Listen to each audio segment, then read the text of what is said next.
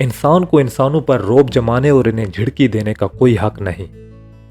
یہ نقلی استحقاق صرف غرور نفس کا دھوکہ ہے، اور غرور کسی انسان میں اس وقت تک نہیں آ سکتا جب تک وہ بدقسمت نہ ہو۔ نصیب والے، قسمت والے ہمیشہ عاجز و مسکین بن کے رہے، وہ کسی مرتبے پر فائز ہوئے تب بھی انکسار سے کام لیتے رہے۔ مغرور بادشاہ فرعون کی عاقبت کے وارث ہوتے ہیں، مسکین سرفراز رہتا ہے، وہ سدا بہار ہے۔ وہ دولت اور حکومت کو امانت سمجھتا ہے، مالک کی عطا کردہ عنایت۔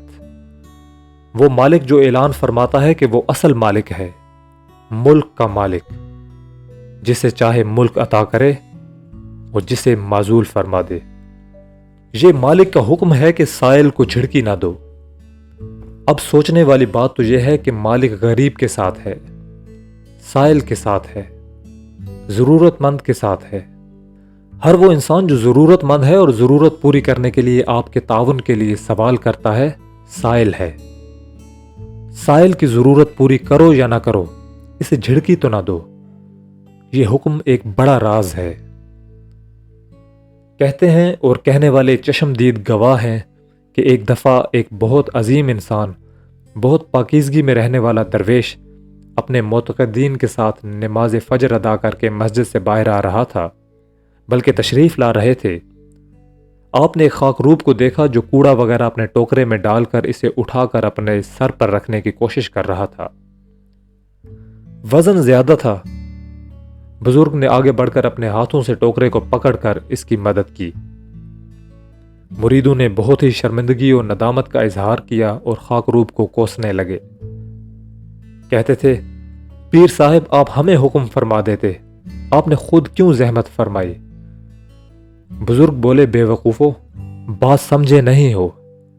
یہ اللہ کا فضل ہے کہ اس کو اس حال میں رکھنے والے نے ہمیں اس حال میں رکھا ہوا ہے۔ وہ ضرورت مند تھا، ہم نے ضرورت پوری کی، اللہ کا شکر ہے، اور تم لوگ ضرورت بھی پوری نہیں کرتے اور جھڑکی بھی دیتے ہو۔ توبہ کرو اور بے نیاز اللہ سے ڈرتے رہو۔ ہماری پیریاں اور فقیریاں بیکار ہیں اگر محروم اور محتاج کے کام نہ آئے۔ بات یہ کھلی کہ ہم لوگ اس سائل کو جھڑکی دیتے ہیں جسے ہم کچھ نہیں دیتے۔ ایک تو اس کی مدد نہیں کرتے، دوسرے اس کی تذلیل کرتے ہیں، اور تیسرے اس غرور کا اظہار کرتے ہیں جو ہمیں اپنے مرتبے پر ہے۔ خاک ہو جائے وہ مرتبہ جو دوسروں کے لیے مفید نہ ہو۔ افسوس ہے اس علم پر جو دوسروں کے کام نہ آئے، اور پناہ مانگو اس علم سے جو اپنے بھی کام نہ آئے۔ وہ دولت جو غریبوں کو جھڑکی دینے کا ذریعہ بنتی ہے، ایک عذاب ہے۔ لعنت ہے وہ طاقت جو کمزور کی حفاظت نہیں کرتی بلکہ اسے ڈراتی ہے، جہنم کی نشانیوں میں سے ایک ہے۔ سائل بڑے راز کی بات ہے۔ وہ بظاہر کچھ مانگنے کے لیے آتا ہے، لیکن دراصل وہ کچھ دینے کے لیے آتا ہے۔ ہم پہچان نہیں سکتے، ہم غافل ہوتے ہیں، مغرور ہوتے ہیں، اس لیے اس پیغام سے محروم رہتے ہیں جو صرف سائل کے ذریعے ہم تک پہنچتا ہے۔ ایک دفعہ ایسا اتفاق ہوا کہ ایک سائل ہمیں ملا۔ یہ ان دنوں کی بات ہے جب ڈپریشن سے ہماری نئی نئی آشنائی ہوئی تھی۔ ہم ایک اداس شام ایک باغ میں تنہا غور کر رہے تھے۔ سورج ڈوب چکا تھا اور ڈوبنے والا اپنے بعد فضا میں ایک گہری سرخی چھوڑ چکا تھا۔ اتنے میں ایک سائل میری طرف آتا ہوا دکھائی دیا۔ میں اسے دیکھے بغیر ہی اسے ناپسند کرنے لگا۔ وہ اس بات سے بے نیاز کہ میں اس کی طرف متوجہ نہ تھا، بولا، سائل کی طرف، آنے والے کی طرف توجہ تو کرنی چاہیے۔ میں نے اس کی طرف دیکھا اور کچھ سمجھے بغیر پوچھا، آپ کیا چاہتے ہو؟ وہ بولا، ہمارا تو وہی سوال ہے پرانا، کچھ مدد کرو۔ میں اس کی شخصیت اور اس کے انداز گفتگو کے اثر میں آتا چلا گیا۔ میں نے اس کی مقناطیسی شخصیت کے روب میں آ کر اپنی جیب میں ہاتھ ڈالا اور بڑی احتیاط سے ایک 5 روپے کا نوٹ نکالا اور اس سے کہا، بابا جی قبول فرماؤ۔ بابا مسکرایا اور بولا، بیٹا اسے تو میں قبول کرتا ہوں، لیکن میری بات غور سے سنو۔ میں بھیجا گیا ہوں تمہیں یہ بتانے کے لیے کہ تم جس کو پریشانی سمجھ رہے ہو، یہ تو ایک اچھے دور کا آغاز ہے۔ جب یوسف علیہ السلام کنویں میں گرائے گئے تو انہیں معلوم نہیں تھا کہ یہ نئے سفر کا آغاز ہے، پیغمبری کا سفر، بادشاہت کا سفر، جہاں ایک دور ختم ہوتا ہے وہیں سے دوسرے دور کا آغاز ہوتا ہے۔ کبھی مایوس نہ ہونا اور سائل کو کبھی جھڑکی نہ دینا۔ سائل محسن بھی ہوتا ہے اور معلم بھی۔ بابا بولتا جا رہا تھا اور لفظوں کے چراغ من میں اجالا پیدا کر رہے تھے۔ میرے بارے میں کچھ باتیں ایسی فرما رہے تھے جو صرف میں ہی جانتا تھا۔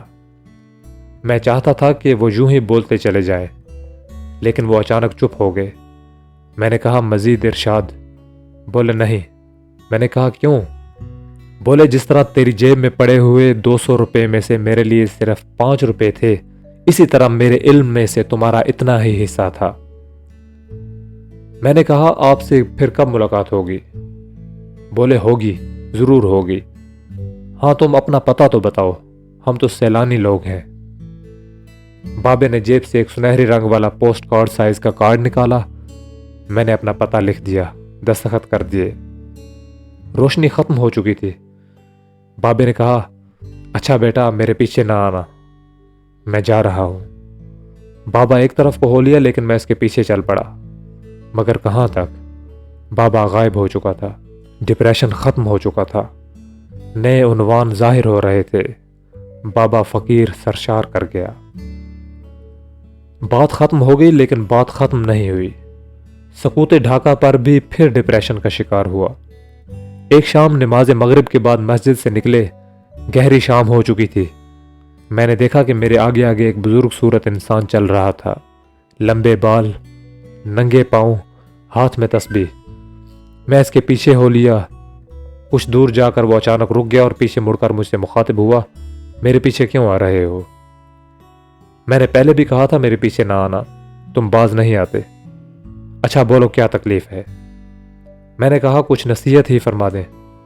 بولا سائل کو جھڑکی نہ دیا کرو، ہم لوگ محسن ہیں، معلم ہیں، ڈپریشن کی ضرورت نہیں، تم ہم سے زیادہ فکر مند ہو، سب ٹھیک ہو جائے گا۔ اتنے میں بابے نے جیب سے کارڈ نکالا اور کہا مجھے اس پتہ پر پہنچا دو۔ میں نے کارڈ دیکھا، میرا ہی نام، میرا پتہ اور میرے ہی ہاتھ کا لکھا ہوا، دستخط بھی میرے ہی، بقلم خود۔ میرے پاؤں تلے سے زمین نکل گئی۔ آج سے 15 سال پہلے والا بابا میری نظروں کے سامنے آ گیا، لیکن یہ بابا وہ نہیں تھا، قطعاً مختلف۔ میں اور حیران ہوا۔ بابا بولا حیران ہونے والی کوئی بات نہیں، ہمارا چولہ بدلتا رہتا ہے، ہم صرف سائل ہیں، محسن، معلم، ہماری شکل و صورت کچھ بھی ہو ہم وہی ہیں، تمہیں عطا کرنے کے لیے آتے ہیں، ہماری طرف غور کیا کرو۔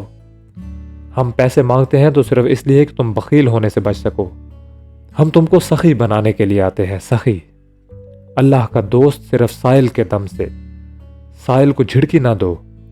بابا پھر غائب ہو گیا۔ ڈپریشن ختم ہو گیا۔ اندھیرے میں روشنی پھیل گئی، مایوسیوں میں امیدوں کے چراغ جل اٹھے۔ کار ساز ماہ، فکر کار ماہ، آج تک وہ سائل میرے نظروں کے سامنے ہے، معلم، محسن، بخیل کو سخی بنانے والا، غیر اللہ کو حبیب اللہ بنانے والا، جھڑکی کے لیے نہیں، ادب و احترام سکھانے کے لیے آتا ہے۔ ہمارے دروازے پر اللہ کی رحمت دستک دیتی ہے اور کہتی ہے خبردار، غافل نہ ہونا۔